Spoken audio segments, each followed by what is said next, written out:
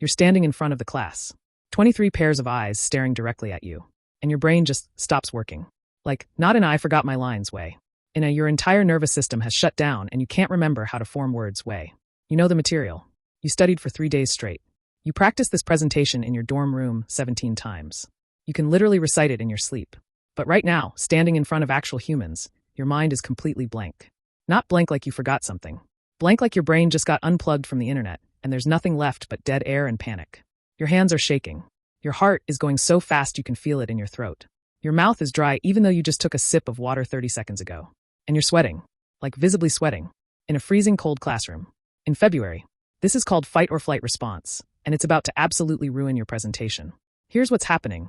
Your amygdala, that alarm system in your brain, it just decided that standing in front of people is a mortal threat. Not metaphorically. Actually, your nervous system is treating a presentation like you're being chased by a tiger. And when your amygdala takes over, it floods your body with adrenaline and cortisol. Your pupils dilate. Your heart rate spikes. Your digestion shuts down. Your blood literally rushes away from your brain and toward your muscles so you can fight or flee. Which is great if you're actually running from a tiger. Which is absolutely terrible if you're trying to deliver a coherent presentation about supply chain management. So your brain is literally less capable of thinking clearly right now. Your working memory shrinks. Your ability to access information goes down. You become less intelligent in real time because your body thinks it's about to die. This is called social anxiety, or more specifically, performance anxiety. And it's not a character flaw. It's not you being weak. It's your nervous system being really, really good at its job. It's just confused about the threat level. The thing that makes this worse is that you know you're not actually in danger. You know these are just classmates. You know the worst case scenario is you stumble through a presentation and it's fine. But knowing something and feeling something are two completely different things. Your amygdala doesn't care about logic. Your amygdala cares about survival. And to your amygdala, social judgment feels like survival. There's this psychologist named Bessel van der Kolk who researches trauma and the nervous system. And she found that when your amygdala is activated, the part of your brain that handles language literally shuts down. It's not that you forgot your words. It's that your brain physically can't access them while it's in threat mode. So you're standing there unable to speak, unable to think, unable to do anything except stand there and feel like your entire body is trying to escape without you. And then you start panicking about panicking. Why can't I talk? Everyone can see I'm nervous. I'm messing this up. I'm going to fail this class. My GPA is ruined. I'll never get into grad school. I'm going to die alone in my parents' basement. Your brain is now spiraling about the spiral while simultaneously trying to deliver a presentation about supply chain management. Which I know is absolutely ridiculous. But that's what anxiety does. It hijacks the entire system.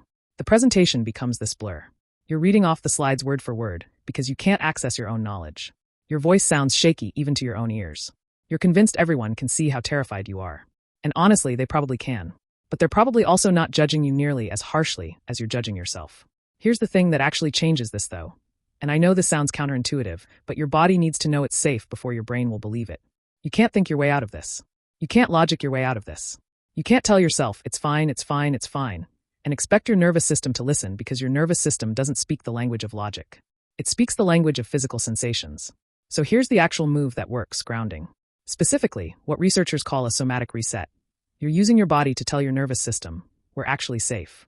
The easiest way to do this before a presentation is what's called the 5-4-3-2-1 technique. You name 5 things you can see, 4 things you can touch, 3 things you can hear, 2 things you can smell, 1 thing you can taste. This sounds ridiculous. I know it does. But what you're actually doing is pulling your attention out of your panicked thoughts and anchoring it in physical reality. You're telling your nervous system, look, we're in a classroom. It's real, it's concrete, we're safe here.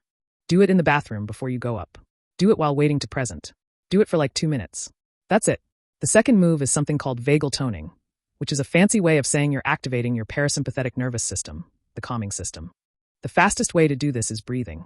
But not the take a deep breath thing that everyone tells you to do, because honestly, if you're panicking, a big breath often makes it worse. Instead, try box breathing. In for 4, hold for 4, out for 4, hold for 4. The key is making your exhale longer than your inhale. When you breathe out longer, it tells your vagus nerve we're safe, you can chill. 2 minutes of box breathing before you present. That's genuinely it. But here's the deeper thing. And this is the part that actually matters long term. Your nervous system learned that presentations are dangerous.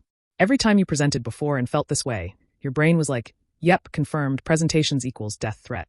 So it's going to keep responding the way until you prove it wrong. Which means you have to present while your nervous system is calm, so it can learn that presentations are actually safe.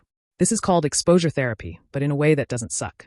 You're not forcing yourself to just white-knuckle through it.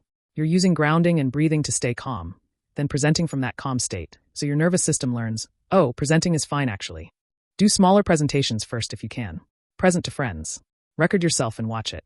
Do whatever it takes to present from a place where you're not in full fight or flight mode. Because here's the truth, you're not bad at presentations. Your nervous system is just scared. And scared nervous systems make you sound scary even when you're not. So next time you're standing at the front of the class about to present and you feel that panic starting, remember this. Your brain isn't broken. Your body is just trying to protect you from a threat that doesn't exist. Use the grounding. Use the breathing. Stay in your body instead of in your panicked thoughts.